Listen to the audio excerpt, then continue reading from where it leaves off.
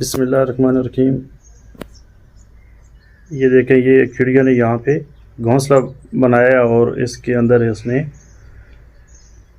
ये एक अंडा भी दिया हुआ है। ये देखें, इसने जो घोंसला बनाया है उसके साथ छोटे छोटे पत्थर रख दिए ताकि घोंसला गिर ना जाए। मेरे रब की शान देखें, हर चीज़ को कैसे पता है कि मेरा घर मजबूत हो। ये देखें, ये इसने छोटे छोटे पत्थर उठा के अपना घोंसला बना दिया है। लेकिन ये हुआ कि बच्चों ने इसका घोंसला देख लिया और इसके अंडे की पोजीशन, जो इसका अंडा पड़ा हुआ था, उसकी चेंज कर दी। ये देखिए,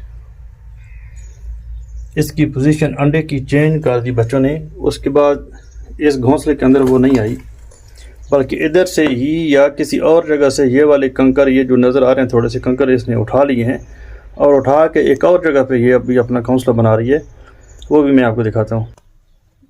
ये देखें, यहाँ पे भी एक ईंटें निकली हुई थी, थोड़ी सी जगह खाली थी, और वो वाले कंकर हैं या किसी और जगह से इसने कंकर उठाए हैं और इधर वो इसको इकट्ठा कर रही है और यहाँ पे वो अपना भी नया घोंसला बनाएगी।